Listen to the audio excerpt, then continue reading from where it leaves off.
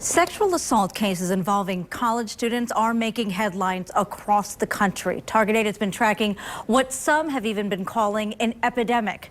At 5, we showed you just how many of these cases some West Michigan universities have had. Well, new tonight, we're taking a closer look at how they're handling them. Critics say universities are leaving victims without justice and costing the wrongly accused their college careers.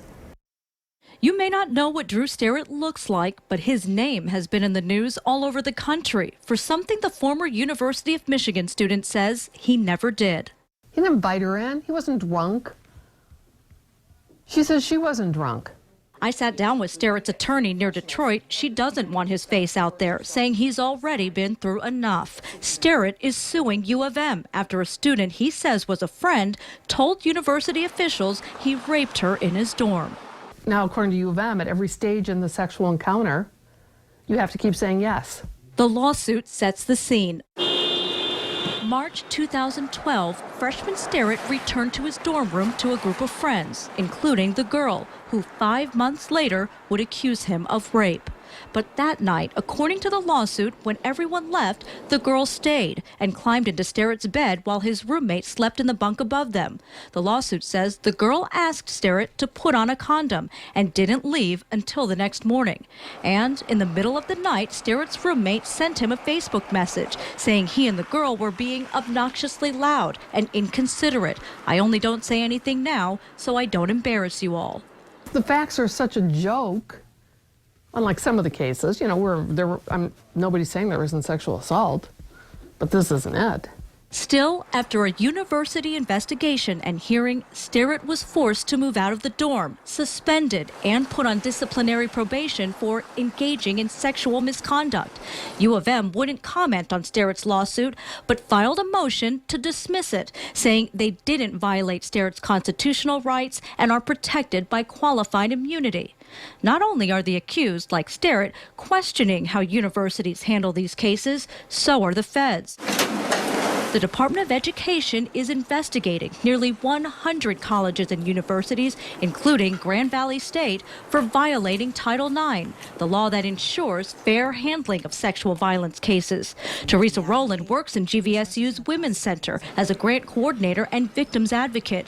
She wouldn't talk about the university's Title IX process, but did stress GVSU supports its students. We take sexual assault seriously, and we want our students to know that we care, so we provide a lengthy list of options and resources for them.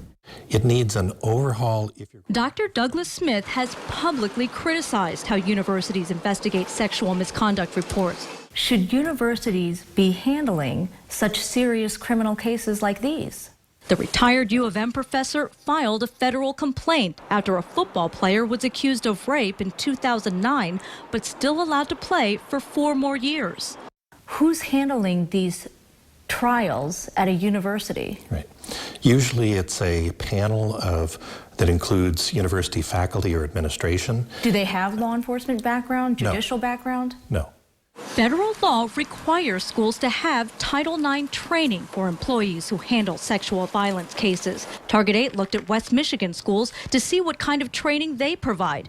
GVSU holds Title IX workshops year-round. Western Michigan University has Title IX training courses online, something you can finish in about 2 hours.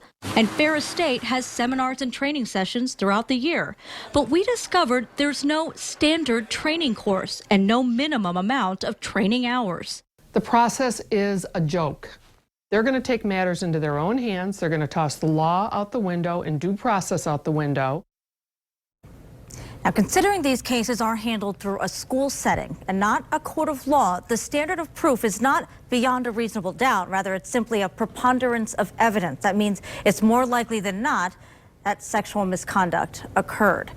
Now, no one is saying that these schools are not taking this issue seriously. In fact, in my research, I learned they're continually updating training and improving the process. Still, though, the critics that we spoke with say that the system just as a whole needs a complete overhaul. I would say, and that's a very powerful piece, because it seems like universities especially are at a tipping point here as far as do they operate outside of the law, or are they their own separate fiefdom almost? Right, exactly. And that's why some are saying, why isn't there an outside agency overseeing all Right. of this to make sure that it's all being handled correctly and to really be a hand for the universities to help them? Absolutely. So we'll see what happens next. Interesting. And then tomorrow on Daybreak, you will hear from a woman who says a student raped her at an off-campus apartment near GVSU, and she didn't get justice either. That's during the 6:30 half hour of Daybreak.